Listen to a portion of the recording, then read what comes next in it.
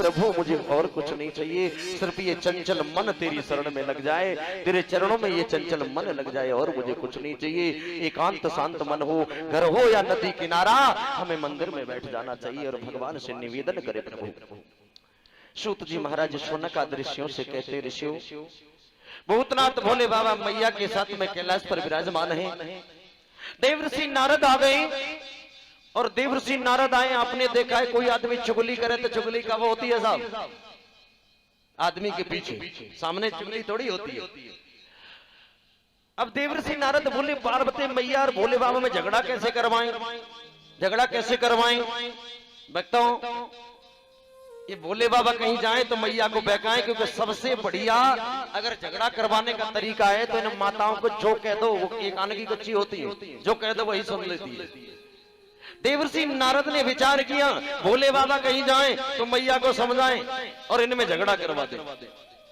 सज्जनों भोले बाबा जैसे ही जंगल में घूमने के लिए गए, देवर्षि नारद पार्वती मैया के पास में आ गए। मैया विष्णु भगवान बड़े बुरे हैं, अपनी देवी को कभी सही बात नहीं बताते, और ब्रह्मा जी बहुत अच्छे नहीं है, वो भी अपनी पत्नी को सही बात नहीं बताते। इतने में मैया उछल करके बोली हमारे बाबा बहुत बढ़िया हैं जो कभी झूठ नहीं बोलते। नारद बोले अच्छा क्या कह रहे हो, बाबा बढ़िया है?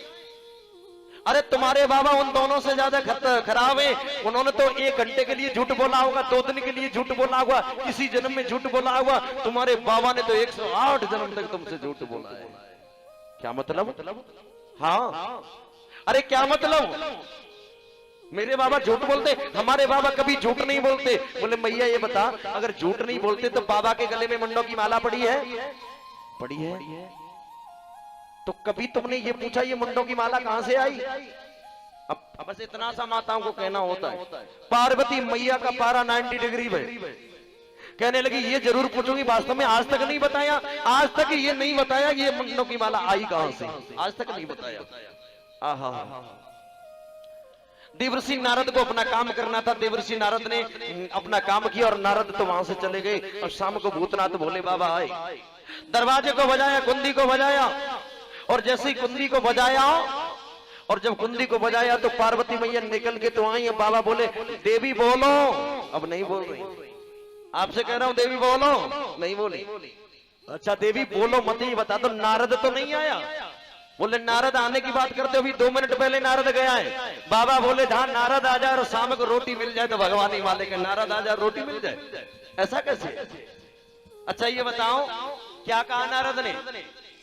बोले ये बताओ बाबा, मैं ये समझती थी ब्रह्मा जी सही नहीं है, विष्णु जी सही नहीं है, मेरे बाबा बहुत बढ़िया है, कभी झूठ नहीं बोलते, लेकिन आप तो इतने खतरनाक हो, आप तो हमसे इतने जन्म तक झूठ बोले हो। बाबा समझ के नारद की बहुत करनी चाल है। अच्छा ये बताओ क्या झूठ बोला है? बोले बाबा ये बता तुम्हारे गले में मुंडों की माला है? ये बताओ ये मुंडों की माला आई कहां से, कभी आपने बताया? बाबा मुस्कुराए, देवी तुम्हें नहीं मालूम ये मुंडों की माला तुम्हारी है? हमारी? हाँ। क्या मतलब? बोले जितनी इस माला के अंदर मुंड पड़े हुए हैं उतनी बार मेरे साथ में आपका विवाह हो चुका है, और आप उतनी बार मर चुकी हैं जितने मुंडे। क्या मतलब? बोले मतलब ये है कि तुम्हारा मेरे साथ में विवाह होता था, तुम मर जाती थी, तुम्हारे मुंड काट करके अपनी माला में पिरो लेता था, और जितने मुंडे उतनी बार तुम्हारा मेरे साथ में विवाह हो चुका है। पार्वती ने कह दिया बाबा एक बात बताओ, हम इतनी बार मर गई, तुम एक बार ना मरे, बूढ़े के बूढ़े ही बने रहे, जैसे के तैसे बने रहे, तुम एक बार ना मरे। बाबा बोले हमने अमर कथा को सुना इसलिए हम नहीं मरे। पार्वती मैया कहने लगी इस अमर कथा को मुझे भी, मैं भी सुनूंगी, अमर कथा सुनाओ। अब मैं मरना नहीं चाहती और बार बार तुम्हारे साथ में विवाह नहीं करना चाहती, अमर कथा सुनाओ।